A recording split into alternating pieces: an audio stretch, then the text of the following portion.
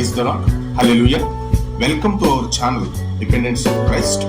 ఈ విధంగా మరొక కొత్త వీడియో వర్తమానంతో మీ ముందుకు రావడానికి మన ప్రభువైన యేసుక్రీస్తు నాకు అనుగ్రహించినటువంటి ఈ అవకాశమును బట్టి నేను ఆయననే స్తుతిస్తున్నాను.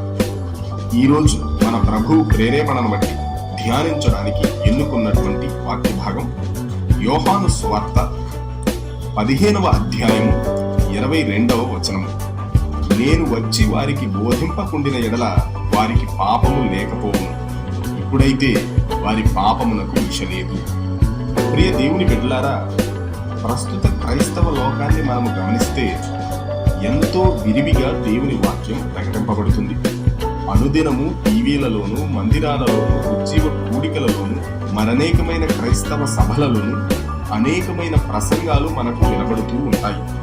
అయితే ప్రకటింపబడుతున్న దేవుని వాక్యాన్ని వినకుండా దానిని అసలు పట్టించుకోని వారు కొందరైతే, మరికొందరు దేవుని వాక్యాన్ని విని కూడా దానికి లోబడకుండా పాపానికి లొంగిపోయిన స్థితిలో ఇష్టానుసారముగా జీవిస్తున్నారు.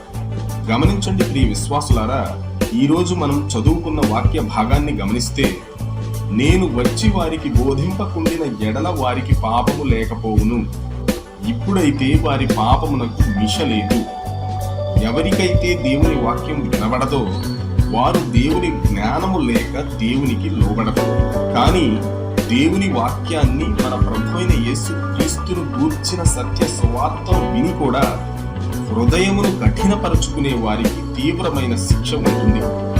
ఆలోచించండి ప్రియ విశ్వాసులారా, శాపగ్రస్తమైన స్థితిలో ఉన్న మానవుడు తాను ఆదాము చేసిన పాపము వలన ఆదాము సంతానమందు పుట్టాడు కాబట్టి అనుభవిస్తున్న శాపము నుండి విడిపింపబడి నరకమునకు త్రోయబడేటువంటి పరిస్థితి నుండి కాపాడబడి సాతాను బంధకాల నుండి విమోచింపబడి దేవుని రాజ్య వారసుడు కావాలని మన ప్రభువైన యేసుక్రీస్తు మానవుని ఎడల కృప చూపి వాక్యాన్ని విని దానిని అంగీకరించి మన ప్రభువైన యేసుక్రీస్తును సొంత రక్షకునిగా అంగీకరించి ఆయన యందు విశ్వాసం ఉంచడము ద్వారా రక్షింపబడాలని మానవునికి అవకాశం ఇస్తున్నాడు.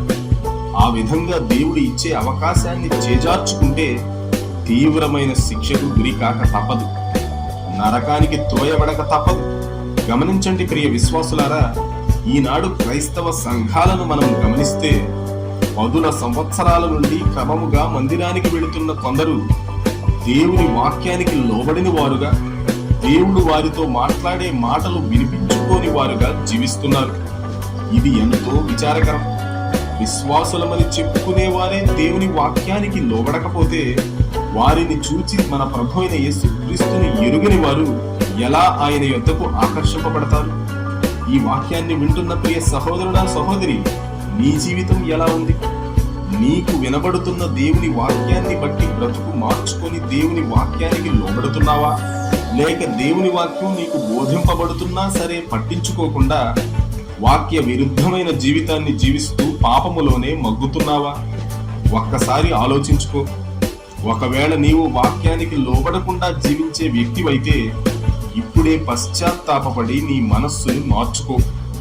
దేవుని వాక్యమును లక్ష్యము చేసే వ్యక్తివిగా వాక్యానుసారమైన జీవితాన్ని జీవిస్తూ మన ప్రభువైన యేసుక్రీస్తు యొక్క కృపలో వర్ధిల్లి ఆయనలో నిలిచి ఫలించు. ఆ విధంగా జీవించడానికి మన ప్రభువైన యేసుక్రీస్తు ఈ వీడియోను చూస్తున్న వారందరికీ సహాయము చేయును గాక. ఆమేన్.